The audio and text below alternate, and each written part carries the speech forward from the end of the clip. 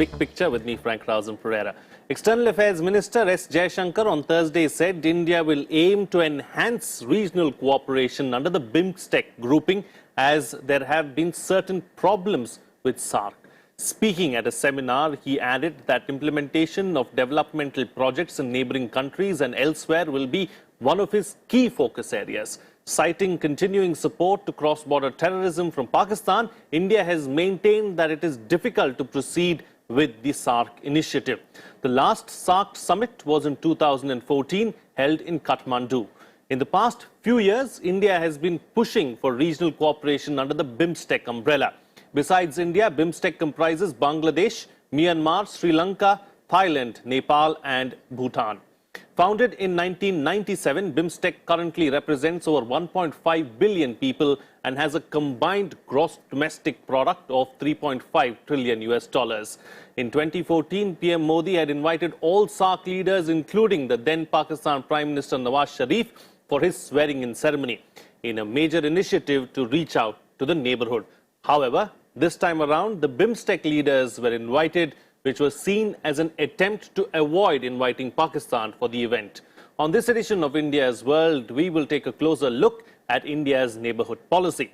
Joining me on the program today are Professor Swaran Singh, School of International Studies, JNU. Also joining us on the program, KV Prasad, Senior Associate Editor of The Tribune. Also joining us on the program, Major General Dhruv C. Katoch, Retired Director, India Foundation. And we'll be joined by other guests as well during the course of the program. Vishnu Prakash, former ambassador too, joins us on the program right now. Thank you to all my guests for joining me on this edition of The Big Picture. K. Prasad, I'd like to begin the program with you.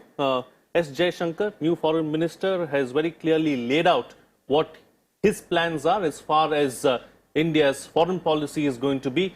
Clearly looks like neighborhood first, and BIMSTEC is going to be the key focus area. Well, I think if you go back, it started somewhere in 2016, where India decided for this outreach on the BRICS, and we invited members from the BIMSTEC countries as part of the outreach program, and that itself was the first indication that since SAARC was in a deadlock situation where we are not having a next summit meeting, and largely because of Pakistan, the whole thing got, the logjam is there. So India decided, and if you look at the BIMSTEC composition, I think barring Afghanistan, Maldives and Pakistan, the rest of the countries who are in SAARC do figure in BIMSTEC. Plus you have Thailand and Myanmar, so it adds to your thing, and it's like two countries from the ASEAN plus. So the outreach increases. I think so Southeast Asia and South Asia basically in the grouping. Yes. And yes. Of course, if you the seminar which you mentioned, the foreign minister did mention of the fact that the connectivity in South Asia is something that India is looking at, and as a principal driver and a principal economy in this region, it falls upon India to pull everybody out of this. Actually, if you look back, even way back in 2014, when the SAARC was held in Kathmandu, the last SAARC summit, the Prime Minister, Mr. Modi, made this very emphatic statement that all members of SAARC need to come together, especially on infrastructure or connectivity. And one punchline was, those who want to come with us, welcome, and those who do not, the rest of us will continue.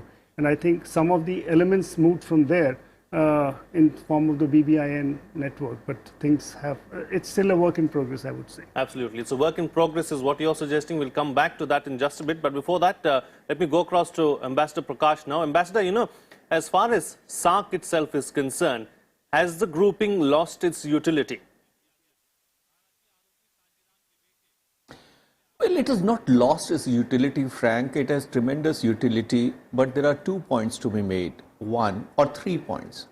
One, unfortunately, SAARC has been held hostage by our western neighbor, Pakistan.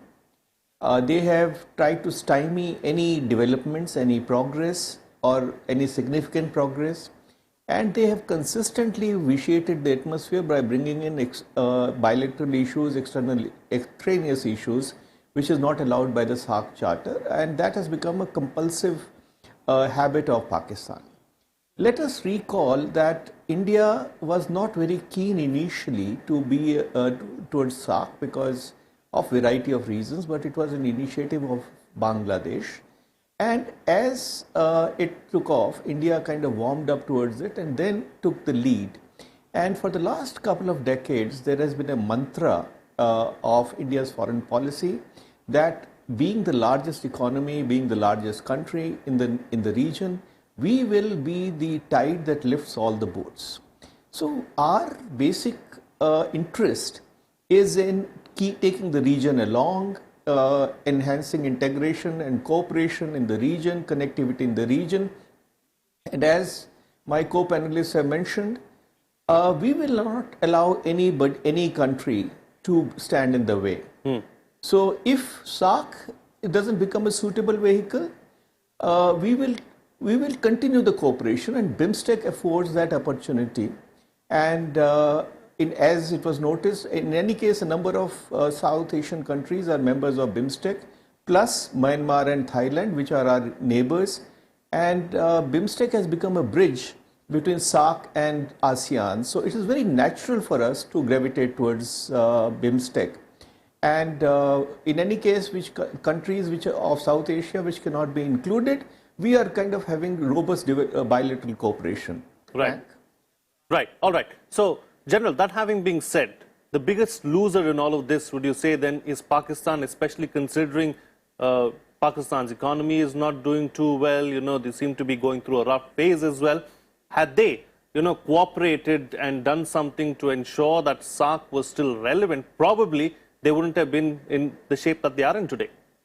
When we look at this, when we look at the India-Pakistan relationship, the only loser in strained relationship is actually Pakistan, because it doesn't really matter to India. We're a very big economy, and we don't have to concern ourselves too much with any sort of economic cooperation or trade with Pakistan. If it takes place, it will be beneficial to both countries. If it does not take place, the loss to Pakistan is far greater than anything to India. You see, it has also inhibited us in actually reaching out to the Central Asian republics and to Afghanistan, and then beyond to the Central Asian republics.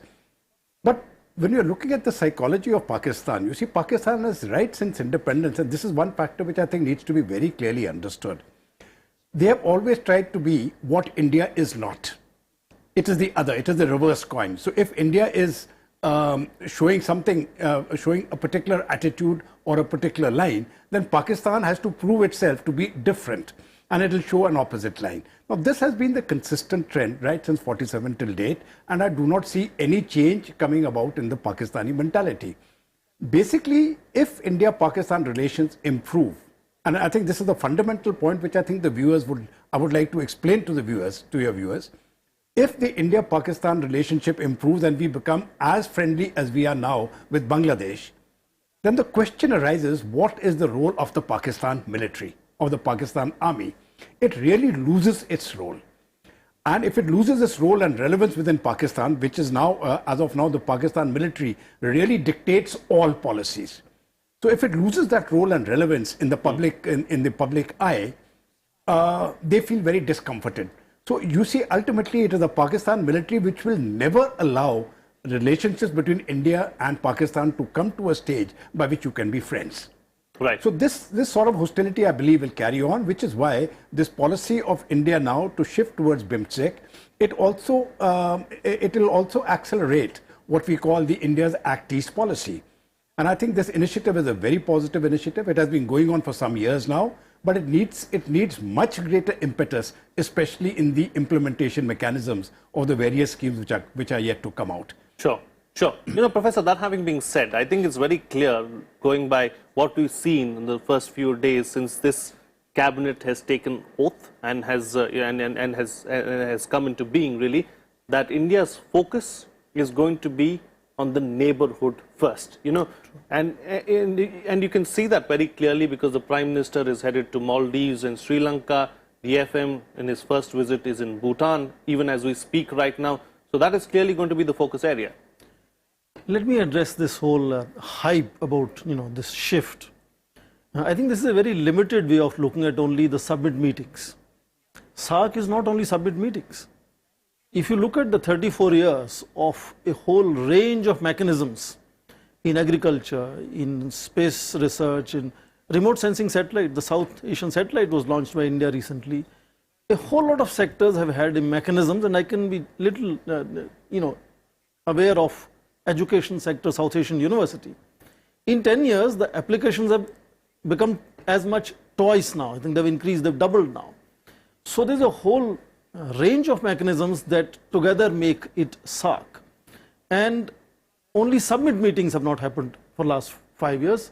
And there is, of course, a little connection of India's boycotting, then, of course, other nations also boycotting. So that's one. Summit meetings have often been, for example, only 18 meetings in 34 years. So it's not the first time that summit meetings are delayed. This time it is inordinately delayed, of course. Second point, Pakistan is not the only country that gets disconnected if you move from SAARC to BIMSTEC. Afghanistan is another country. Third point, BIMSTEC can never be SAARC. In fact, the foreign minister has himself said that we need to be far more generous to our neighbors. I think there's a little indication there that possibility of some kind of backdoor channels could be possible here. So BIMSTEC, which we are looking at as an alternative, is not an alternative. As Ambassador said, the charter says it's a bridge between SAARC and ASEAN. The organic unity of South Asia that has evolved, that whole regionalization process that has happened under SAARC in 34 years, is much stronger if you look at compared to BIMSTEC having only 4 summit meetings in about 22 years.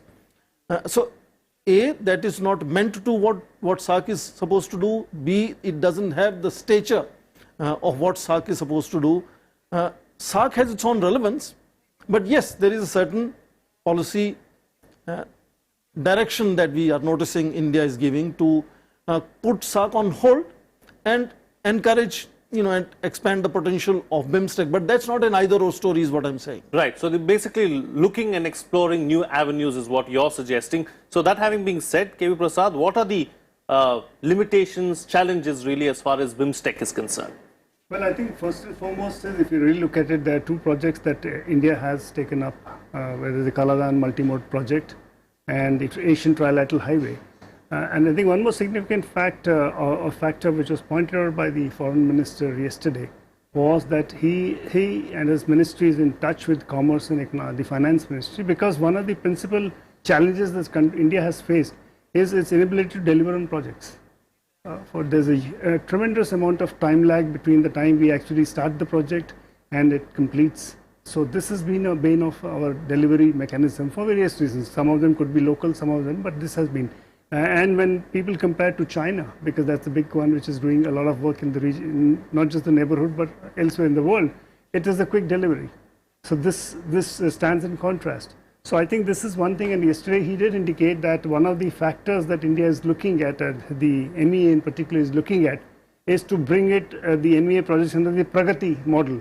If you remember in NDA 1, Prime Minister had a time monitor kind of a Pragati, which is he goes on every month, they review projects and look at the bottlenecks and try and remove those bottlenecks, because the investment that is locked up in such projects is so huge. I think a similar model is what he hinted at would be now looked at in the MEA project. So I think that's a welcome sign. Right. So timely delivery of projects is going to be key going forward is what you're suggesting. Ambassador, as far as BIMSTEC is concerned, what are the possible potential outcomes as far as BIMSTEC is concerned? What do we need to concentrate on going forward? Connectivity, connectivity, connectivity. And that is the mantra for not just BIMSTEC, but for all neighborhoods and beyond. Whether it is physical connectivity, whether it is electronic connectivity, whether it's people-to-people connectivity, you name it, because with connectivity comes development, integration, cooperation, progress, and that cannot be overemphasized. As you know, the India-ASEAN relations are anchored on 3 C's: connectivity, commerce, and culture.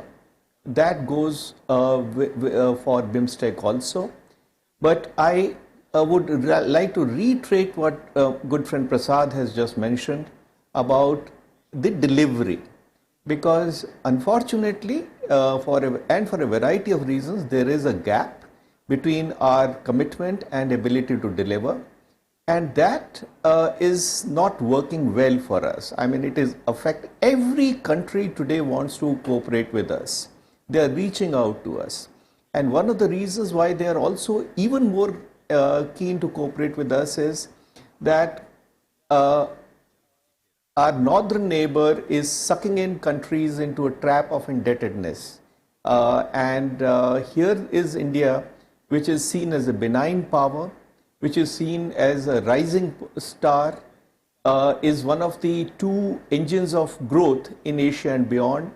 So they want to cooperate, but we have to deliver. And I'm so happy that the Prime Minister, the External Affairs Minister, are very, very focused on this particular aspect. And I think the time has come to set up special purpose vehicles, have a different set of rules. External Affairs Minister has already hinted that the so-called L1 process is not what we necessarily need to follow. It should be the ability and the quality. And I will be, like you, the happiest person when we start implementing that, because we have a lot at stake. Right. And it's a part of our developmental vision to take the neighborhood along. And once we get the neighborhood right, we get everything right. Right. I'm going to come back to this issue of timely delivery. Professor, I'd like a reaction from you. But before that, General, as far as China is concerned, the ambassador brought up our northern neighbor. How much of that is playing on the minds of the BIMSTEC nations, do you believe? And does China pose a strategic and security threat in the region? You see, in my various interactions with some of the think tanks of the BIMSTEC nations, each individual countries, and we've had occasion to interact with quite a few of the think tanks of the separate countries. I think each one of them has expressed a concern of China. That China is big, right? But China is not benign, as the ambassador just spoke about. Ambassador Prakash just spoke. China is not benign, you see, and China goes for its own motives. Like when they have carried out development in Sri Lanka, Hambantota port is really now outside the Sri Lankans' control. And you see a similar story repeating wherever China has put its money. And now you even find at some levels within Pakistan, some concerns being expressed, though muted, of the $46+ billion which are being pumped into the CPEC. I think it may be $50-odd billion. I'm forgetting the number. But the point is there is always concern as to what China is going to do. Now, besides that, China has also got its own strategic interests as far as the South China Sea is concerned. And they have laid claims to territories, and these are unilateral.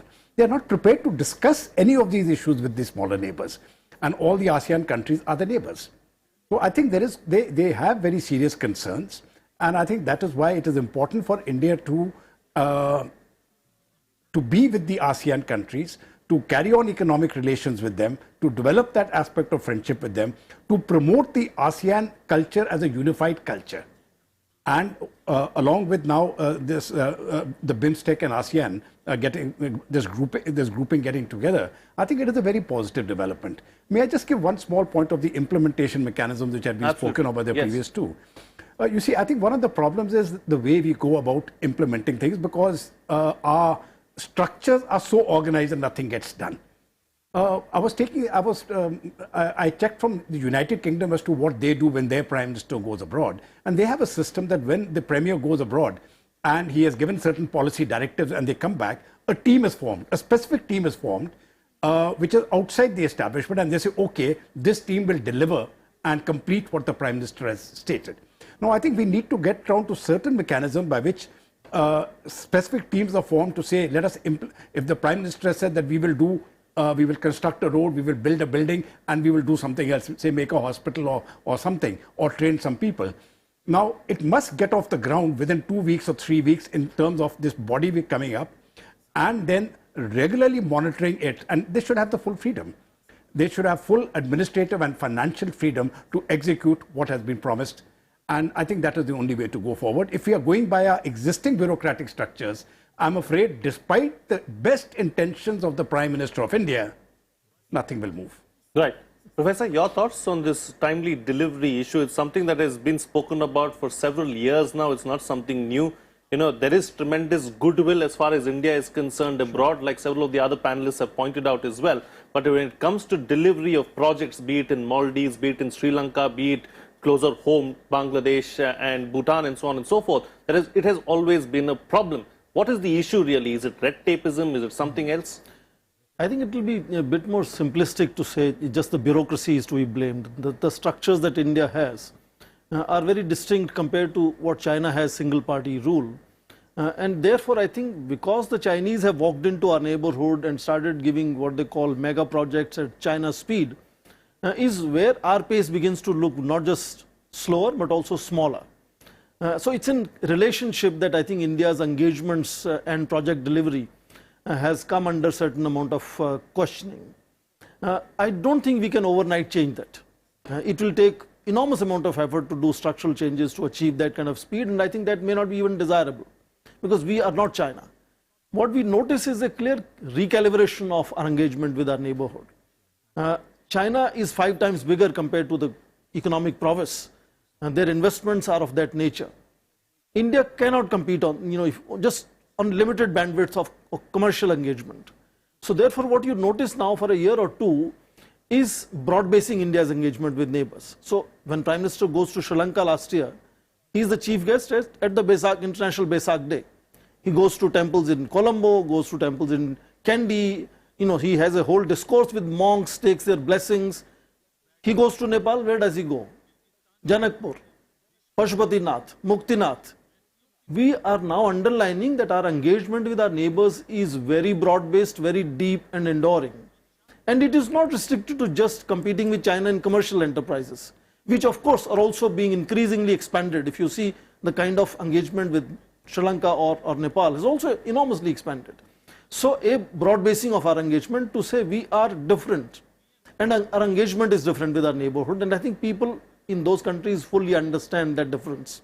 In fact, as General said, they are also a little cautious of China's enormous high-speed engagement, and there is always a mention of debt traps, etc. being created by China. So recalibrating to front load our advantages is what is happening already.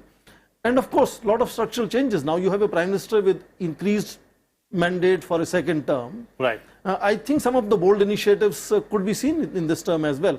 But never to say that we have to be doing things the way Chinese do, because I cannot do it. We need not do that way. Yeah, we should understand our limitations and our challenges and also focus on our strengths is what you're suggesting. All right, Ambassador, yes, I can see you putting up your hand there. Go ahead, the floor is yours. Well, I would say that I agree with my co-panelist about 2 aspects. One, that we need and we are broad-basing our engagement. And 2, we need not engage in checkbook diplomacy. That is the last thing that we should be doing. We cannot match dollar for dollar, nor are we expected to do that. So we should not do that. But where I would beg to disagree most respectfully is that while we have a certain track record which suggests otherwise, we are also capable of surprising ourselves. And even today, I have no cogent answer as to how we delivered the Delhi Metro on time or even ahead of schedule and did a quality job. So yes, I would think that given an opportunity, given the right mandate, given the right team, we can do that. Okay. Democracy does not stand in the way. And the example that one of the co-panelists gave about the UK model of creating a team, having a special purpose vehicle, having a broader guidelines, I think we can do that. What we lack is the will. Okay. What we lack is the will. The sky is the limit. We can achieve anything is what you're suggesting if we have the right kind of environment and atmosphere. Closing comments from all my guests with the best way forward really as far as BIMSTEC is concerned and India's neighborhood first policy. KV Prasar. Well, I think it's a continuation of the policy of neighborhood first, but with slightly shift towards the ASEAN plus, and also because for obvious reasons. So I'm sure this is a new move, and Pakistan is certainly not happy with it. Okay. General? Oh, I think it is a continuation of the policies, and it's a very welcome continuation. I see in the next 5 years a further thrust towards the Act East policy, a further strengthening of BIMSTEC, because I do not see any change in Pakistan's attitude. So that relationship is going to remain a troubled relationship, and we need to learn to accept the fact that it is a troubled relationship. With Afghanistan, I think we will have to deal with Afghanistan outside Pakistan. So with the West getting a little more, Yes. complex, is it better to focus on the East than you're No, suggesting? you see, the question is, leave both of them as two separate entities. Focus on what you can achieve and which is doable, and contain what cannot be done. Okay. I think that is the way we need to go about it. Right. Professor? I think obviously where you can make quick achievements is where we need to focus, but not ignore other areas. So it's a continuous drift from early 1990s that we have moved towards Look East policy, to now Act East policy, to now BIMSTEC being promoted, to Indo-Pacific being engaged, Japan and South Korea being engaged in that sense. So it's a broad basing of India's foreign policy, a recalibrating it by expanding to diaspora, to culture, to commerce, to connectivity, but at the same time not ignoring the fact that Pakistan is there. We need to deal with that reality. It's difficult not to untie, but we have to do it. Okay. How long should we continue to ignore Pakistan, do you think? I don't think we are completely ignoring. As I said, other than the political level of disengagement, a lot of other things are continuously happening both in the SAARC context, but also in the bilateral relationship. I mean, it's not a complete boycott of each other. There are a lot of connectivity, connections, interactions that are constantly happening even between India and Pakistan. And the fact that we have enormous stakes in Afghanistan, then we cannot again ignore Pakistan. Pakistan has a complete control in that situation.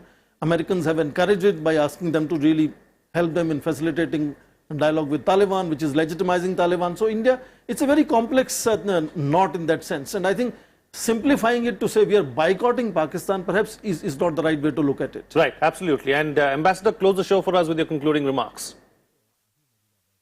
Well, I agree with my co-panelists that we have no intention of boycotting Pakistan. Pakistan is a reality. Pakistan is a major country. Prime Minister Vajpayee said you cannot change geography. And we have Pakistan as a neighbor, and we have to deal with Pakistan. What we are perhaps doing is to hit the pause button and tell Pakistan, look, you need time, you need space, we are giving it to you.